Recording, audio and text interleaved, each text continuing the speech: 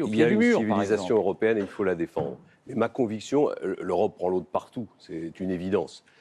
Ma conviction, c'est qu'il ne faut pas de nouveaux traités, ou en tout cas qu'on ne pourra pas avoir un nouveau traité qui soit satisfaisant. Négocier un traité à 27 aujourd'hui, c'est négocier un traité qui aura forcément, parce que ce sera un compromis, des inconvénients pour le peuple français, comme il aura des inconvénients pour le peuple polonais.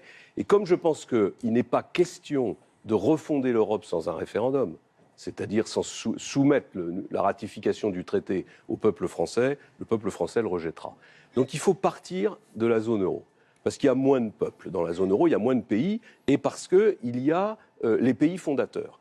Il faut mettre au sommet de cette zone euro un vrai gouvernement. Et ce vrai gouvernement, il doit être totalement démocratique et lié aux nations. Ça doit être les chefs d'État et de gouvernement, tout simplement, qui se réunissent tous les mois, qui se dotent d'un secrétariat de façon à être autonome par rapport à la Commission et qui se fixe un agenda d'harmonisation fiscale. 5 ans pour la fiscalité des entreprises, 10 ans pour la fiscalité des ménages. C'est à partir de là qu'on peut faire renaître l'espoir, reconstruire un projet européen et à côté, mettre en œuvre des coopérations renforcées sur la défense, sur les frontières, sur le numérique. J'ai entendu tout à l'heure dire que et vous vous engagez, si vous êtes élu, à ne pas nommer des seconds couteaux à Bruxelles comme vous l'avez fait tous jusqu'ici. Le Brexit changeait quelque chose à la politique de défense. Attendez, le Brexit ne change rien du tout, tout le monde parce veut parler de que l'Europe. la politique de défense n'a jamais été dans l'Union européenne.